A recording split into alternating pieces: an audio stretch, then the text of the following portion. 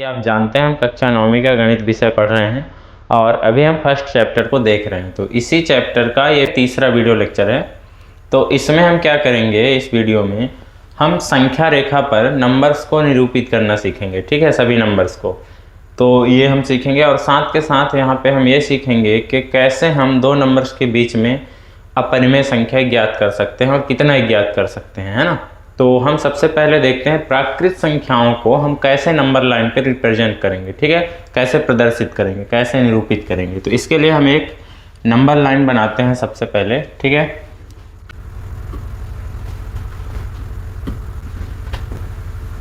तो ये हमारा नंबर लाइन है। इसमें हम क्या करेंगे, प्राकृत संख्या को रिप्रेजेंट करेंगे। ठीक है, हम यहाँ पे पहले क्या सीख रहे हैं, प्राकृत संख्याओं को नंबर लाइन पे रिप्रेजेंट करना। ठीक है, और आपको पता है हमारा प्राकृत संख्याएं क्या होते हैं, आप जानते हैं हमारी प्राकृत संख्याएं क्या होते हैं। तो आप कहेंगे कि 1 से प्रारंभ होकर के अनंत तक की संख्याओं को हम प्राकृत संख्याएं कहते हैं, है ना। ये हमारे क्या है, प्राकृत संख्याएं हैं। इनको हम नंबर लाइन पे कैसे रिप्रेजेंट करते हैं, प्राकृत संख्या के लिए किस तरह का नंबर लाइन होता है, ये समझिए। देखिए, आपको पता है कि प्राकृत संख्या 1 से प्रारंभ होता है। ठीक है, कहाँ से, 1 से। तो हमारा जो पहला नंबर होगा यहाँ पे होगा। ठीक है, 1। ठीक, इसके बाद आगे आता जाएगा ऐसे दाएं साइड में, फिर 2, फिर 3। ठीक है, ऐसे। और याद रखिए ये नंबर इस ओर बढ़ रहा है ना, तो इधर तीर का निशान रहेगा। ठीक है, नंबर लाइन पे इधर तीर का निशान नहीं रहेगा। क्यों?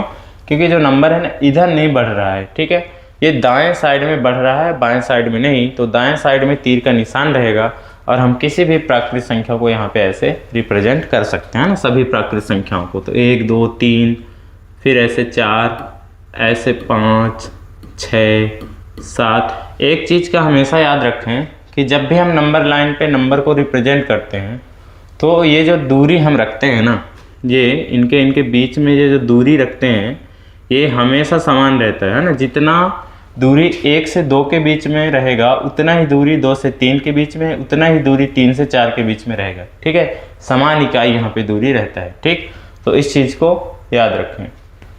आगे देखिए, फिर इसके बाद हम ऐसे 8, 9, 10, 11, ये कभी ख़त्म नहीं होगा। ये तीर का निशान जो लगा रहता है इससे यही पता चलता है कि आगे ऐसे नंबर आते जाएंगे। ठीक है, 12, 13, आपको जितने की ज़रूरत हो। तो इस तरह से हम प्राकृत संख्या के लिए संख्या रेखा बनाते हैं और किसी भी प्राकृत संख्या को ऐसे रिप्रेजेंट कर सकते हैं। ठीक है, अब देखिए हम क्या करेंगे, पूर्ण संख्या के लिए हम देखेंगे कि किस तरह का संख्या रेखा होता है। ठीक है, किसके लिए, पूर्ण संख्या के लिए हम नंबर लाइन बनाएंगे।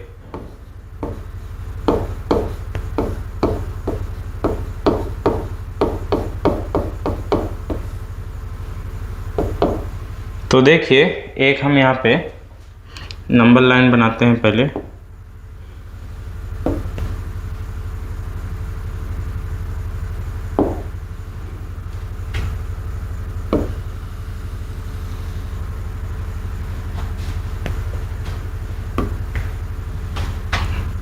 तो इधर भी तीर का निशान रहेगा पूर्ण संख्या के लिए भी, लेकिन ये 1 से प्रारंभ होता है। लेकिन पूर्ण संख्या को आप जानते हैं, जो हमारे पूर्ण संख्या का समूह होता है ना, वो 0 से प्रारंभ होता है। कहाँ से प्रारंभ होता है, 0 से प्रारंभ होता है। ठीक है, ये आपको अच्छे से मालूम होगा।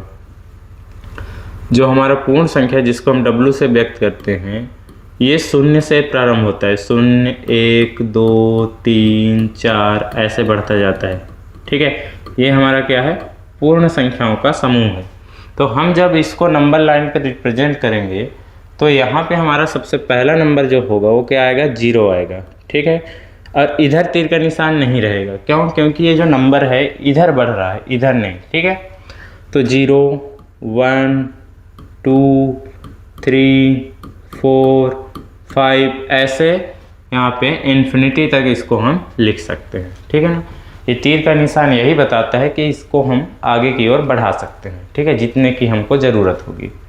अब हम देखते हैं पूर्णांक संख्या के लिए। ठीक है, नंबर लाइन किसके लिए, पूर्णांक संख्या के लिए। तीसरा हमारा है पूर्णांक संख्याएं।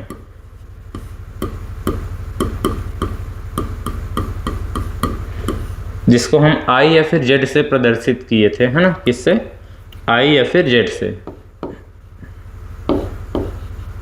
तो पूर्णांक संख्याओं का समूह आपने देखा था कि यहाँ 0 था और दाएं साइड में प्लस का 1, प्लस का 2, प्लस का 3, प्लस का +4, ऐसे ये इधर अनंत तक जाता था, है ना। और बाएं साइड में माइनस का -1, -2, -3, ऐसे ये -∞ तक इधर जाता था। ठीक है, आपने देखा था जब हमने पूर्णांक संख्या को पढ़ा था। तो ठीक है, अब इसके लिए भी हम एक नंबर लाइन बनाते हैं और उसको कैसे रिप्रेजेंट करेंगे वो समझेंगे। ठीक है ना। तो ये हमारा हुआ पूर्णांक संख्या के लिए नंबर लाइन। अब आप इसमें देख पा रहे होंगे कि इसमें दोनों साइड तीर का निशान है, इधर भी और इधर भी। तो याद रखिए पूर्णांक संख्या में दोनों साइड तीर का निशान होता है। क्या होता है अभी आप समझ जाएंगे। देखिए यहाँ पे इसमें शून्य होता है बीच में, इधर प्लस वाले +1, +2, +3, +4, +5, +6 ऐसे अनंत तक जाता है। इधर -1, -1, -2, -2, -3, -4, -5, ये ऐसे अनंत तक इधर चलता जाता है। ठीक है, तो इस तरह से हम पूर्णांक संख्याओं को ऐसे नंबर लाइन पे दिखा सकते हैं। ठीक है ना। अब देखिए यहाँ पे हम पूर्णांक संख्या का ये जो नंबर लाइन है इससे बहुत सी चीज़ें सीख सकते हैं। तो क्या क्या इंपॉर्टेंट चीज़ें हमको यहाँ पे याद रखना होगा और इससे क्या सीखने को मिलेगा इसको हम देखते हैं। तो थोड़ा इसको ऊपर करते हैं। तो देखिए यहाँ पे क्या है, 1 से लेकर इस साइड वाले नंबर को हम धनात्मक पूर्णांक बोलते हैं। धनात्मक पूर्णांक, पॉजिटिव इंटीजर,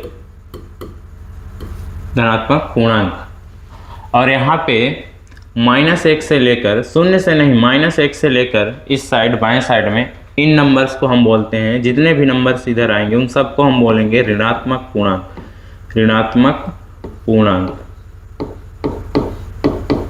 ठीक, ये चीज़ याद रखना। और ये जो शून्य है ना, ये जो शून्य है वो ना तो धनात्मक पूर्णांक होता है और ना ही ऋणात्मक पूर्णांक होता है। ये जो शून्य है ये ना तो धनात्मक पूर्णांक है, ना तो धनात्मक पूर्णांक और ना ही ऋणात्मक पूर्णांक है, और ना ही ऋणात्मक पूर्णांक है। ठीक है,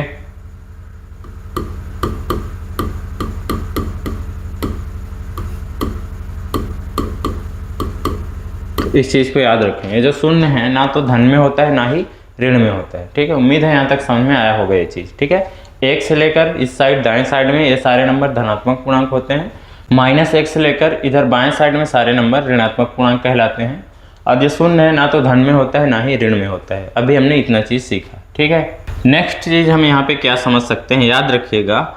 हम जब नंबर हमारे पास होते हैं 2 या 2 से अधिक नंबर, तो हम ये नंबर लाइन के द्वारा कैसे बता पाएंगे कि कौन सा नंबर बड़ा है और कौन सा नंबर छोटा है। ठीक है, बड़ी और छोटी नंबर हम नंबर लाइन के द्वारा से ही बताते हैं। ठीक है, ये कैसे, तो कुछ नोट याद रखिएगा। देखिए पहला नोट आप याद रखिए कि जब हम नोट लिखिए, जब हम संख्या रेखा पर दाईं ओर चलते हैं तो संख्या का मान बढ़ता जाता है। याद रखिएगा, जब हम संख्या रेखा पर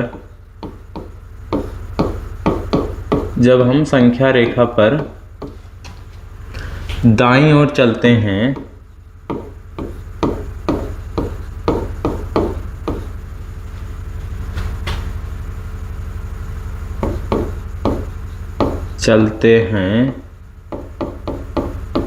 तो संख्या का मान बढ़ता जाता है। तो संख्या का मान बढ़ता जाता है।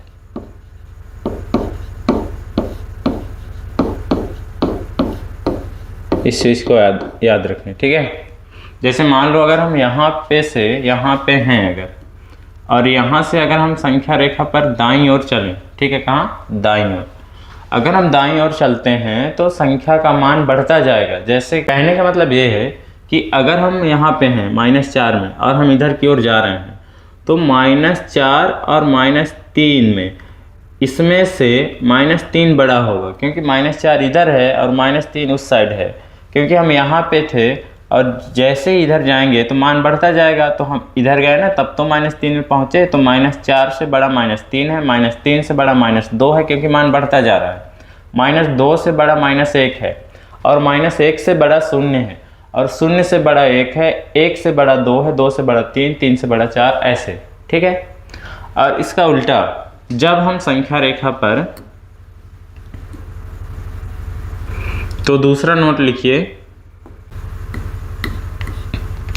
दूसरा नोट, जब हम संख्या रेखा पर, जब हम संख्या रेखा पर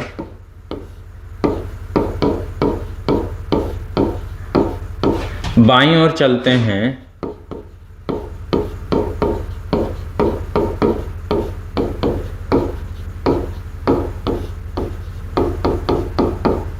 तो संख्या का मान घटता जाता है। ठीक है, तो संख्या का मान,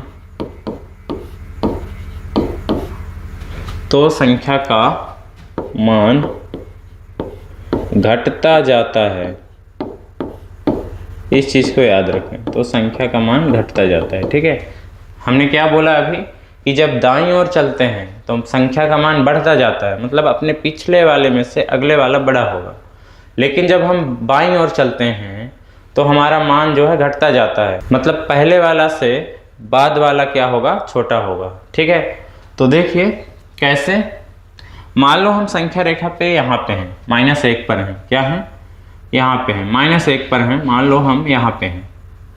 अब हम इस साइड जाना चाहते हैं, बाईं ओर। तो अगर हम -1 पर हैं और पहुँच कहाँ गए, -3 पर, यहाँ पहुँचाए, तो जो -1 और -3 में अगर कोई हमसे पूछे ना कि कौन बड़ा है कौन छोटा, तो आप समझ गए होंगे कि हम इधर की ओर जा रहे हैं, और जब हम संख्या रेखा पर इधर की ओर जाते हैं तो मान घटता है। इसका मतलब ये हुआ कि -1 से छोटा हो गया -3। क्यों? क्योंकि हम इधर की ओर जा रहे हैं ना, और ऐसा करने से मान छोटा होता है ना।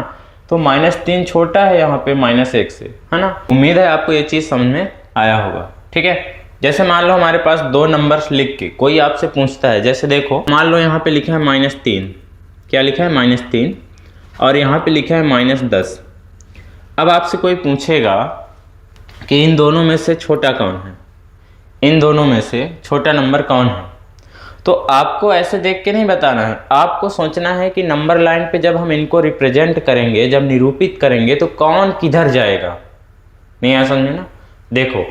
देखो हम सोचना सीखते हैं। जैसे मान लो जब हम नंबर लाइन पे लिखना यहाँ पे इनको चाहेंगे, तो हमको पता है कि एक नंबर लाइन होता है। ठीक है, क्या होता है, देखिए हमको पता है कि एक हमारे पास क्या होता है, नंबर लाइन होता है, और किसी भी नंबर लाइन में बीच में हमारा शून्य होता है। क्या होता है, शून्य होता है।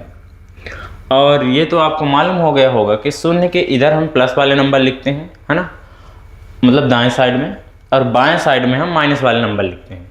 तो जब हम इन दो नंबर्स को अपने मन में सोचा करिए, जब हम इन दो नंबर्स को इसमें लिखना मतलब प्रारंभ करेंगे, तो जब हम लिखेंगे तो इधर तो कोई नंबर आएगा नहीं इनमें से। क्यों? क्योंकि ये माइनस वाले नंबर हैं दोनों, है ना। तो हम जब लिखेंगे तो हम सोचेंगे कि यहाँ -1 आ जाएगा, यहाँ -2, यहाँ कहीं -3 आ जाएगा, है ना, क्योंकि इसको लिखना है। अब लिखना तो प्रारंभ है, -1, -2, -3 ऐसे ही करेंगे ना। ये तो नहीं कि पहले ही -10 लिख दें फिर इधर कुछ और, नहीं, क्रम से ही लिखना है। 0 के बाद इधर बाएं साइड में -1, -2, -3 ऐसे लिखते जाएंगे। तो मान लो यहाँ कहीं 1, 2 रहा होगा, फिर -3 आया होगा, है ना।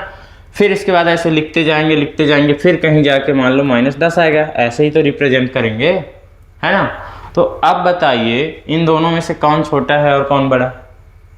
तो आप कहेंगे कि सर ने बताया था यहाँ पे कि जब हम संख्या रेखा पर बाईं ओर चलते हैं तो संख्या का मान जो है घटता जाता है। तो बाईं ओर चलेंगे, मान लो यहाँ से ही चलना प्रारंभ करेंगे, तो हमको पहले ये वाला नंबर मिला, है ना, -3 मिला। फिर इधर कहीं जाके हमको -10 मिला। तो ये तो पहले मिल गया। अब इधर जाने के बाद ना ये मिला, है ना। तो ये छोटा हो गया, ये बड़ा हो गया। क्यों? क्योंकि इधर जितने ज़्यादा जाएंगे उतना ही नंबर जो है छोटा होता जाएगा अपने पहले वाले से, है ना। तो इस तरह से आप मन में ये चीज़ें करके आप बता सकते हैं बहुत ही आसानी से। तो -10 यहाँ पे छोटी है और ये जो -3 है बड़ी है, ठीक है, इन दोनों में। तो इस तरह से हम बता सकते हैं बड़ी और छोटी नंबर, ठीक है। उम्मीद है आपको समझ में आ गया होगा। अब आपसे कोई भी कितना भी छोटा बड़ा नंबर पूछे, आप बहुत ही आसानी से बता सकते हैं कि उनमें से कौन बड़ी है और कौन छोटी है। देखो, जैसे मान लो अगर हम पूछें -1 और -999 में कौन सी नंबर बड़ी है, तो आप कहेंगे -1। क्यों? क्योंकि जब हम नंबर लाइन पे इसको लिखेंगे तो 0 के जस्ट बाद -1 आएगा, है ना। फिर उधर कहीं जाके -100, -200, फिर -900, फिर जाके पहुंचेगा -999, है ना। तो उधर जितने ज़्यादा नंबर रहेगा, है ना, जितना ही बाएं साइड में हमको नंबर मिलेगा, है ना, उतना अगर हम ये ऑब्जर्व कर पाते हैं कि ये -999 -1 से उधर होगा नंबर लाइन पे, है ना, बहुत ज़्यादा उधर होगा। तो आप समझ जाएंगे कि जो नंबर जितना ज़्यादा उधर होगा वो उतना ही छोटा होगा, और जो नंबर इधर रहेगा वो उतना ही बड़ा होगा। जैसे देखो, अगर हम ऐसे पूछे होते हैं कि -1 और ये प्लस का 999, इनमें से कौन सा नंबर बड़ी है, तो फिर आप कहते हैं कि अरे ये तो प्लस वाला नंबर है, ये तो 0 के दाएं साइड में रहेगा नंबर लाइन पे, है ना, और -1 जो है इधर रहेगा, तो जो इधर रहेगा वो छोटा, और जो उधर रहेगा 0 के दाएं साइड में वो उतना ही बड़ा होगा, है ना। तो ये तो दाएं साइड में चला जाएगा, तो ये संख्या यहाँ पे बड़ी है और ये संख्या यहाँ पे छोटी है। लेकिन यहाँ पे ये संख्या यहाँ पे बड़ी है और ये संख्या यहाँ पे छोटी है ना। तो ध्यान से देखिएगा कि माइनस में नंबर करके कोई हमसे पूछ रहा है कि कोई एक प्लस में है, कोई एक माइनस में है, ऐसे करके पूछ रहा है, या फिर दोनों प्लस में है, ऐसे करके पूछ रहा है। मान लो यहाँ पे दोनों नंबर प्लस में होते, फिर हम कैसे बताते उसको थोड़ा देखते हैं, ठीक है। एक हम ऐसे नंबर लेते हैं, है ना, कि जो दो नंबर ऐसे लेते हैं जो प्लस में हो, है ना, फिर बताते हैं उनमें से कौन सी बड़ी है कौन सी छोटी। कैसे हम जल्दी बता पाएंगे, ठीक है। देखो, तो मान लो हमारे पास दो नंबर है, एक है हमारे पास 885 और हमारे पास है एक 800, बस इतना ही 800, ठीक है। ये दो नंबर हैं, और आपसे अगर कोई पूछता है कि इनमें से बड़ा कौन है, ठीक है, तो आपको क्या सोच रहे हैं। जैसे मान लो यहाँ पे 0 होगा, ठीक है, यहाँ पे आप देख रहे हैं कि दोनों नंबर क्या हैं, प्लस में हैं। तो जब हम इनको नंबर लाइन पे रिप्रेजेंट करेंगे, दर्शाएंगे, तो सबसे पहले लिखते लिखते जैसे 1 2 3 4 5 700 800 पहले आएगा ना, फिर 801 802, फिर कहीं जाके 885 आएगा, है ना। तो पहले कौन आया 800, बाद में उधर कौन आया 885। तो जो जितना ज़्यादा उधर रहेगा दाएं साइड में वो उतना ही बड़ा है ना, और जो जितना इधर बाएं साइड में रहेगा वो उतना ही छोटा है। तो आप समझ गए कि ये तो दाएं साइड में चला गया, है ना, तो ये बड़ी है यहाँ पे और ये छोटी है। तो यहाँ पे हमने जो पूर्णांक संख्या का संख्या रेखा था, नंबर लाइन था, उसमें से हमने बहुत सारी चीज़ें सीखा, है ना, कि 0 से इधर दाएं साइड में प्लस वाले नंबर होते हैं, और 0 से इधर बाएं साइड में माइनस वाले नंबर होते हैं, है ना। इधर वाले नंबर को धनात्मक पूर्णांक बोलते हैं, इधर वाले नंबर को ऋणात्मक पूर्णांक बोलते हैं। 0 ना तो धनात्मक पूर्णांक है और ना ही ऋणात्मक पूर्णांक है ना। और हम नंबर लाइन के द्वारा कैसे बता पाएंगे कौन सी नंबर छोटी है कौन सी नंबर बड़ी है ना। हमने ये सीखा पहला नोट में कि जब हम संख्या रेखा पे दाईं ओर चलते हैं तो संख्या का मान बढ़ता जाता है। दूसरे में हमने ये सीखा कि जब संख्या रेखा पर हम बाईं ओर चलते हैं तो मान घटता जाता है ना। तो इस तरह इस कंसेप्ट से हमने छोटा बड़ा नंबर भी पहचानना सीखा, ठीक है। तो उम्मीद है ये अच्छे से समझ में आया होगा। अब हमारा अगला टॉपिक है कि हम परिमेय संख्याओं को कैसे नंबर लाइन पे रिप्रेजेंट कर सकते हैं। फिर और सीखेंगे कि अपरिमेय संख्याओं को हम कैसे नंबर लाइन पे रिप्रेजेंट कर सकते हैं, ठीक है। फिर हम ये सीखेंगे कि दो नंबर्स के बीच में कितने परिमेय संख्या है, कैसे हमें ज्ञात करेंगे, ये सीखेंगे, ठीक है। जैसे दो परिमेय संख्याओं के बीच में भी परिमेय संख्या होता है, दो पूर्णांक संख्या के बीच में भी अनंत परिमेय संख्या होता है, वो कैसे होता है अभी जानेंगे, ठीक है। दो प्राकृत संख्या के भी बीच में, दो लगातार अगर प्राकृत संख्या जैसे 1 और 2, क्या है 1 और 2, तो अगर हम 1 और 2 को नंबर लाइन पे रिप्रेजेंट करेंगे तो 1 यहाँ आएगा, ठीक है, 1 जो है यहाँ पे आएगा और जो 2 है मान लो यहाँ पे आ गया। तो इसके बीच में भी अनंत परिमेय संख्याएं होते हैं। अब वो कैसे होते हैं उसको भी हम यहाँ पे सीखेंगे, ठीक है। तो आज हमने इस वीडियो में जो जो सीखा है वो आपको ध्यान में रखना है। फिर हम अपने नेक्स्ट वीडियो में ये सारी चीज़ें सीखेंगे, ठीक है ना। तो अभी तो हमने इस तरीके से सीखा कि हम कैसे पूरे प्राकृत संख्या को नंबर लाइन पे रिप्रेजेंट कर दिया है ना, 1 2 3 4, और पूरे पूर्ण संख्या को, पूरे पूर्णांक को। लेकिन अगर आपसे क्वेश्चन ऐसे पूछा जाए कि आप केवल 2 नंबर्स को नंबर लाइन पे रिप्रेजेंट करिए, मतलब 2 नंबर जो है वो प्राकृत संख्या है, तब कैसे करेंगे, तो उसको देखिए, ठीक है। यहाँ पे हमारा जो ऐसे क्वेश्चन है ना, ये उदाहरण करना था, उदाहरण 2 को 1 और 2 के बीच की 5 परिमेय संख्या ज्ञात करना। लेकिन अभी हम क्या टॉपिक पढ़ रहे हैं कि हम नंबर लाइन पे नंबर्स को कैसे रिप्रेजेंट करते हैं, ये सीख रहे हैं। अगर हम ये सीख गए, इसके बाद का टॉपिक हमारा ये होना चाहिए था, है ना, कि 2 नंबर्स के बीच में हम परिमेय संख्या कैसे निकालते हैं, तो वो भी सीखेंगे। तो पहले आप ये सीखिए कि नंबर्स को हम कैसे नंबर लाइन पे रिप्रेजेंट करते हैं। तो हमने ये तो सीख लिया प्राकृत संख्या, पूर्ण संख्या, पूर्णांक को हम कैसे रिप्रेजेंट करेंगे, है ना, पूरे नंबर को। लेकिन अगर बीच में आपसे पूछ दिया जाए कि केवल 10 और 18 को आप नंबर लाइन पे रिप्रेजेंट करिए, ऐसे, है ना, तो छोटा नंबर लेते हैं 10 18, यहाँ पे थोड़ा हमारा डिस्प्ले में नहीं आ पाएगा, है ना। तो ऐसा करते हैं, मान लो, समझना तो है, अगर समझ जाएंगे आप तो फिर चाहे जितना बड़ा नंबर लेके वो बोल दे। हम मान लो प्राकृत संख्या लेते हैं 3 और 7, इसको हम क्या करते हैं, नंबर लाइन पे रिप्रेजेंट करते हैं, केवल 3 और 7 को, है ना, केवल 3 और 7 को। तो देखिए हमको क्या करना है, 3 और 7 को नंबर लाइन पे रिप्रेजेंट करना है, ठीक है। इसके लिए एक नंबर लाइन बनाते हैं।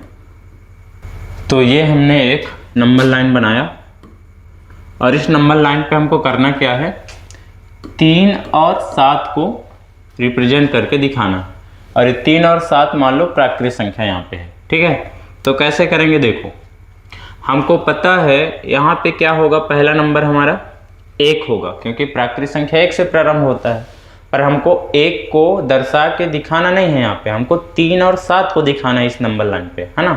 पर हमको ये तो पता है ना कि प्राकृत संख्या 1 से प्रारंभ होता है, तो यहाँ पे 1 होगा, फिर यहाँ पे क्या होगा, 2 होगा। तो ऐसे लाइन बस खींच देंगे, या फिर ऐसे सर्कल टाइप से बना देंगे, है ना, बिंदी टाइप से ऐसे।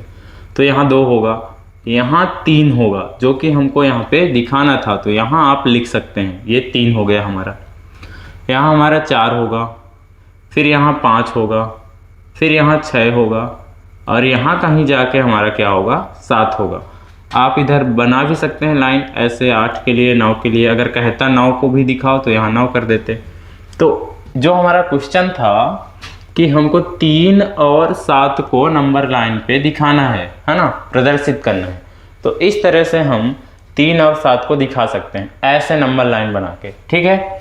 तो यहाँ हमारा ये 3 हो गया, और यहाँ हमारा 7 हो गया। इस तरह से हम नंबर लाइन पे बीच बीच का नंबर अगर पूछता है कि इतने बस को दिखाओ नंबर लाइन पे, तो ऐसे रिप्रेजेंट करेंगे, ठीक है। तो अगर ये आपने समझ लिया, तो फिर तो पूर्णांक संख्या में भी अगर पूछता है ऐसे तो भी कर लेंगे, अगर पूर्ण संख्या में पूछता है तब भी कर लेंगे। हम एक पूर्णांक संख्या के लिए थोड़ा देखते हैं, क्योंकि उसमें थोड़ा सा अलग है, क्योंकि माइनस वाले नंबर भी होते हैं। तो मान लो अगर ऐसे पूछा होता कि आप -3 और +7 को नंबर लाइन पे रिप्रेजेंट करिए, तब कैसे करते हैं। पूर्ण संख्या के लिए तो ऐसे ही करना होगा, है ना, पूर्ण संख्या के लिए ऐसे ही करना होगा। लेकिन पूर्णांक के लिए मान लो ऐसे पूछ दे कि -3 और 7 को नंबर लाइन पे रिप्रेजेंट करिए, तो कैसे करना है वो देखिए। वैसे आपको वो भी आप कर लेंगे, पर फिर भी देखिए, जिस टॉपिक को पढ़ो तो उसको अच्छे से पढ़ना है, ठीक है। उससे रिलेटेड कोई भी डाउट जो है रहना नहीं चाहिए। मान लो हमने एक नंबर लाइन बनाया यहाँ पे, अब आपको पता है ये पूर्णांक संख्या है, यहाँ पे -3 और 7 है ना, पूर्णांक संख्या के लिए दिखाना है। या फिर कहें कि -3 अगर आ गया तो पूर्णांक संख्या में ही तो होते हैं माइनस वाले नंबर, है ना। तो हमको दोनों साइड, ये जो नंबर लाइन हमने बनाया है, हमको दोनों साइड तीर का निशान बनाना पड़ेगा, ठीक। और फिर यहाँ पे कहीं पे 0 होगा। अब मान लो एक चीज़ और सीखो, यहाँ पे देखिए, मान लो हम यहाँ पे 0 कर दें, क्या कर दें, 0 कर दें यहाँ पे। फिर आपसे पूछें कि इस नंबर लाइन पे क्या 0 बीच में है कि नहीं, तो आप क्या जवाब देंगे। हम ये पूछ रहे हैं कि इस नंबर लाइन पे ये जो 0 है, ये जो 0 है, ये बीच में है नंबर लाइन पे कि नहीं, तो आपका क्या जवाब होगा। तो आप सोचेंगे कि ये बीच में नहीं है, यहाँ कहीं होना चाहिए, पर आपका जवाब गलत है। क्यों? ये बीच में ही है, ये शून्य क्या है, बीच में है। कैसे? देखो हमने बताया था तीर का निशान का मतलब ये होता है कि आपको जितनी ज़रूरत होगी इधर उतना बढ़ा सकते हैं इसको, है ना। मतलब ये कभी ख़त्म नहीं होगा। तीर का निशान का मतलब ये चलता जाएगा। ऐसे इधर भी ये चलता जाएगा जब ये हालत है कि इधर ये चलता जाएगा उधर ये चलता जाएगा, तो फिर तो शून्य यहाँ बीच में ही तो हुआ ना।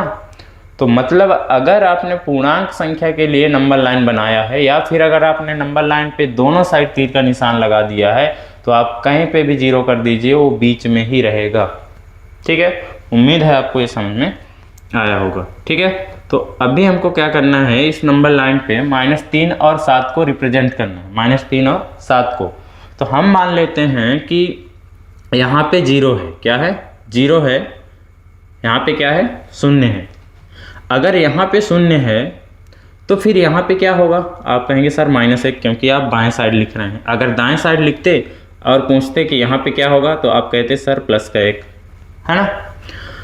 फिर ये अगर -1 है तो ये वाला किसका होगा? -2 का, और ये वाला किसका होगा? -3 का। तो यहाँ हमको लिखना होगा -3 और हमको +7 दिखाना है यहाँ पे। तो अगर ये 0 है यहाँ पे तो ये +1 और ये होगा +2। 2 को लिखना नहीं है, ये +2 के लिए, ये +3 के लिए, ये +4 के लिए, ये +5 के लिए, ये +6 के लिए, ये +7 के लिए, यहाँ पे हमको दिखा देना है। तो ये हमने यहाँ पे -3 और यहाँ पे हमने +7 को दिखाया, जैसा कि हमारा प्रश्न था कि -3 और +7 को नंबर लाइन पे दिखाइए। तो इस तरह से हम नंबर लाइन पे इसको दिखा सकते हैं। तो अब आप समझ गए होंगे कि अगर हमको देखो पूरे पूर्णांक को दर्शाना आसान है ना।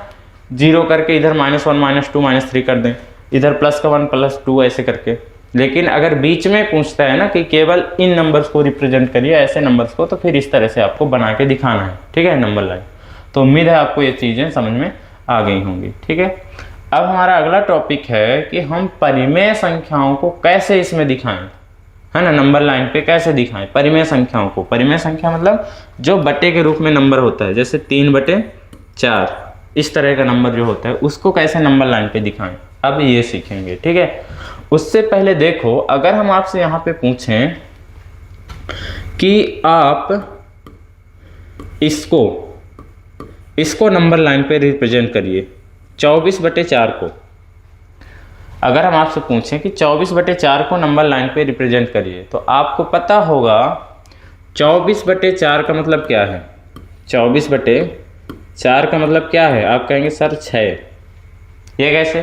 क्योंकि 24 को 4 से भाग करेंगे तो 6 आएगा। 6 चौको 24 ना, या 24 को 4 से भाग करोगे तो क्या आएगा? 6। मतलब ये दिखने में ऐसा है 24/4, लेकिन ये लिखा क्या है यहाँ पे? 6 लिखा है ना। तो जहाँ पे नंबर लाइन पे 6 का स्थान होगा वहीं पे नंबर लाइन पे 24/4 होगा, है ना। इसका मतलब ही 6 है। तो अगर हम यहाँ पे नंबर लाइन पे रिप्रेजेंट करें, तो अगर हम यहाँ पे इस पॉइंट को 24/4 लिख दें ना, तब भी ये सही है। ठीक, क्यों? क्योंकि यहाँ 7 है तो इससे पहले 6 ही रहा होगा, और 6 का मतलब ही तो 24/4 है ना। तो इस तरह से हम सोच कर भी ऐसे आंसर, मतलब इस तरह के दिखने वाले जो कठिन सवाल हैं उनको भी आसान तरीके से रिप्रेजेंट कर सकते हैं। ठीक है, तो उम्मीद है आपको ये समझ में आया होगा। तो हम सोच रहे हैं कि इस वीडियो को यहीं पे ख़त्म करते हैं, फिर हम अपने नेक्स्ट वीडियो में जो एडवांस लेवल के, एडवांस तो नहीं कहेंगे, मतलब नंबर्स को जो रिप्रेजेंट करने का तरीका है वो सीखेंगे। जैसे 3/4 को 0.5 है इसको, और ऐसे नंबर 3 से ही 1/6 को, इस तरह के नंबर को हम कैसे नंबर लाइन पे रिप्रेजेंट करेंगे, है ना। √3 को कैसे √3 को हम कैसे नंबर लाइन पे रिप्रेजेंट करेंगे। इन सारी नंबर्स को हम क्या करेंगे, यहाँ पे √2 को कैसे नंबर लाइन पे रिप्रेजेंट करेंगे, इन सब को हम नेक्स्ट वीडियो में सीखेंगे। ठीक है ना। तो तब तक आप जो यहाँ पे इस वीडियो में आपने सीखा है ना, उसको अच्छे से सीखिए। ठीक है, उसका रिवीजन करिए, 2 बार देखिए, 3 बार देखिए। इस वीडियो को नहीं आया समझ में तो जो भी यहाँ पे बताया गया है ना, तो ये टॉपिक यहीं पे ख़त्म करते हैं और नेक्स्ट वीडियो में हम परिमेय संख्याओं को संख्या रेखा पे निरूपित करना सीखेंगे। आपको पता है ये हमारा परिमेय संख्या है और ये अपरिमेय संख्या, मतलब हम कल परिमेय और अपरिमेय संख्याओं को नंबर लाइन पे निरूपित करना सीखेंगे। और अगर ये सीख गए तो इसका मतलब ये हुआ कि हमने पूरे वास्तविक संख्या को हम नंबर लाइन पे रिप्रेजेंट कर दिए। ठीक है।